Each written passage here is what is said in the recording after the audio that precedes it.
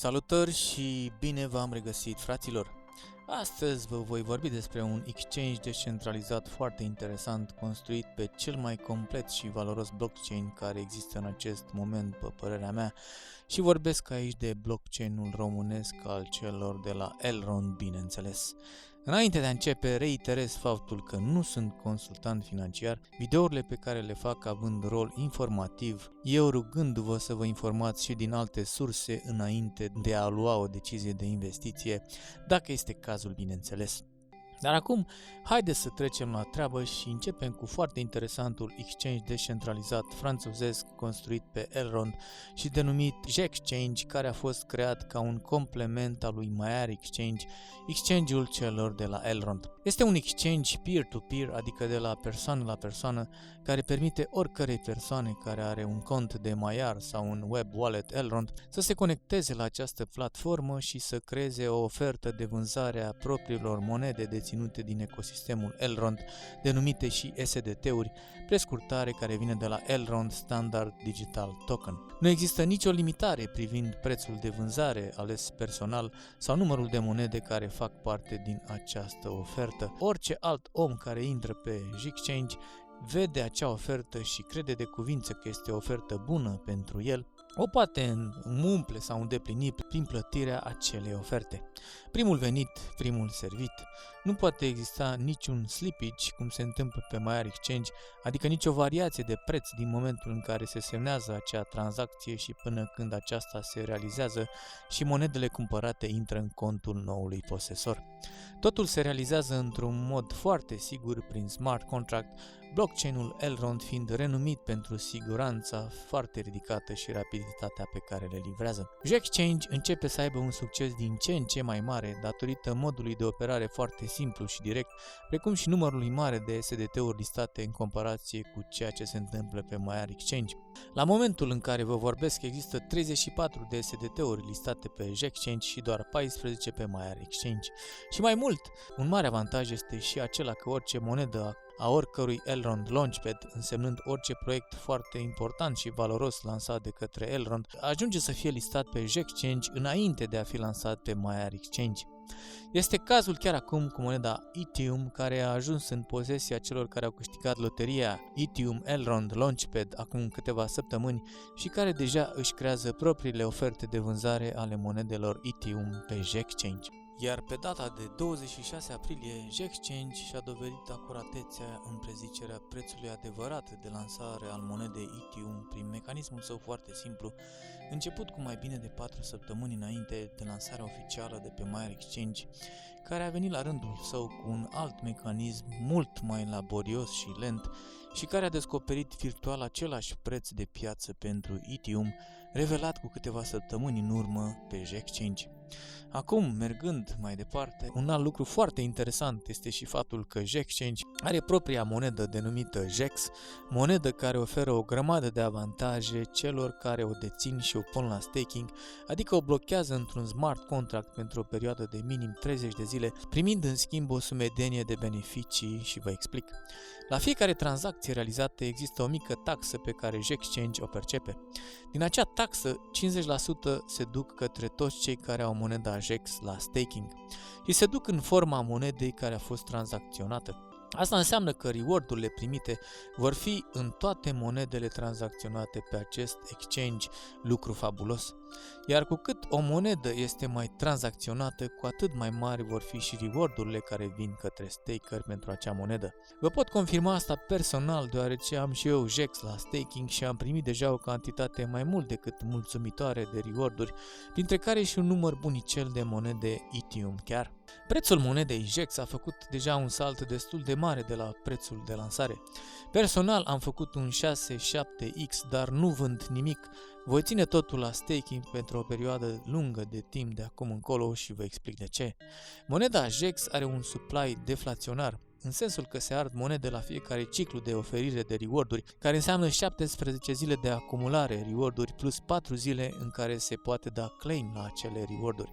Prin urmare, la fiecare 21 de zile se ard 70% din monedele JEX rezultate din fiurile luate din tranzacții care implică moneda JEX. După cum puteți vedea din imagine, deja supply-ul maxim de 1 miliard nu mai este posibil, la fiecare ciclu arzându-se cel puțin câteva zeci de mii de monede, cantitate care va crește odată cu valoarea tranzacțiilor de JEX, lucru care va veni odată cu adopția JEXchange de către masele de oameni. Pe lângă monedele care se listează pe JEXchange, care vor fi cu sutele nu peste foarte mult timp, se mai lansează și proiecte noi în secțiunea de IDO, care vine de la Initial DEX Offering sau oferta inițială a exchange-ului descentralizat, adică prescurtat DEX, ceea ce este și JEXchange de fapt. Este cazul celor de la SeekLock, despre care am făcut un video deja, pe care îl puteți accesa din dreapta sus. SeekLock este un proiect foarte interesant și de mare perspectivă, ce va avea primele pre-sale-uri pe JEXchange foarte curând. Mai multe info în acel video despre asta. La toate astea mai putem adăuga și multiplele colaborări cu alte proiecte și din sfera NFT-urilor, plus opțiunea de tranzacționare a NFT-urilor pe JEXchange, care va fi implementată în curând. La actualul preț de $0,044 pe monedă, dacă ar fi să acceptăm un circulating supply, adică masă de monede JEX aflate în circulație de 1 miliard, lucru care nu se va putea întâmpla niciodată, chiar și așa, în acest moment, la acest preț, market cap-ul JEX ar fi de doar 44 de milioane de dolari. Cu toate că în acest moment masa aflată în circulație este cu mult sub 1 miliard, după cum se poate deduce din diagrama din imagine. Oricum, dacă ar fi ca market cap-ul să ajungă într-o bună zi la 1 miliard de dolari, lucru deloc fantezist la cum crește adopția cripto în lumea întreagă și la cum se dezvoltă acest proiect, ei bine, asta ar însemna un minim de 22x față de prețul actual. Și nu uitați de reward-urile primite la fiecare ciclu de 21 de zile, adică părți din toate viitoarele sute de monede tranzacționate pe JEXchange. Este ca meta-bonding-ul celor de la Elrond, dar pe steroizi.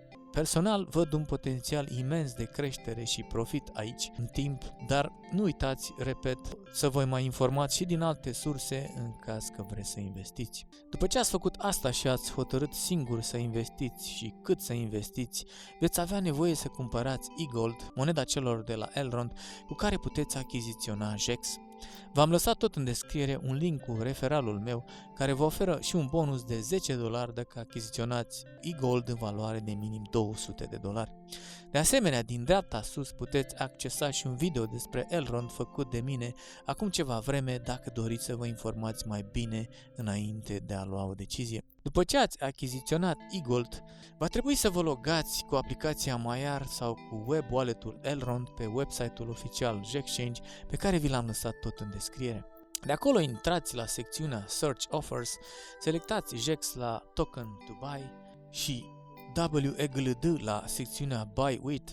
WEGLD vine de la Wrapped EGLD.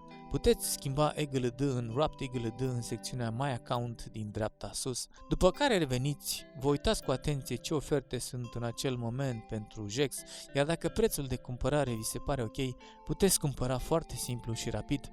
Durează doar câteva secunde și este foarte sigur. Pentru a vă informa mai bine, v-am lăsat în descriere și linkul de la Light Paper-ul JEXchange care explică în detaliu proiectul. Este în limba engleză, atenție! Odată ce ați luat monedele JEX, nu trebuie decât să vă duceți în secțiunea de staking și le puneți la treabă. V-am lăsat în descriere și linkul către contul meu de Twitter, acolo unde postez multe lucruri legate de tot ce ține de ecosistemul Elrond. Vă aștept acolo cu întrebări, precum și în secțiunea de comentarii acestui video dacă aveți nelămuriri, bineînțeles. Poate că ar fi trebuit să fac mai devreme un video despre JEXchange, dar tocmai acum m-am trezit dintr-o pauză de cam 9 luni în care nu am mai realizat vreun video. Promit oricum ca de acum încolo să vin cu minim un video pe săptămână despre un proiect valoros și de viitor sau mare viitor din ecosistemul Elrond.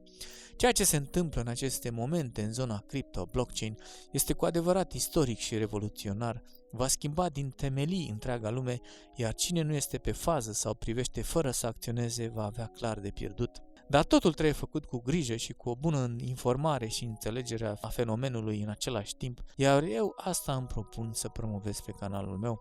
Vreau să ajut la educarea, precum și la responsabilizarea noilor veniți pentru propriile decizii. Există riscuri, bineînțeles, dar fără ele viața parcă nu ar mai avea prea multă atracție, nu-i așa? Vă mulțumesc tuturor pentru vizionare, vă pup pe toți și ne vedem în videoul următor.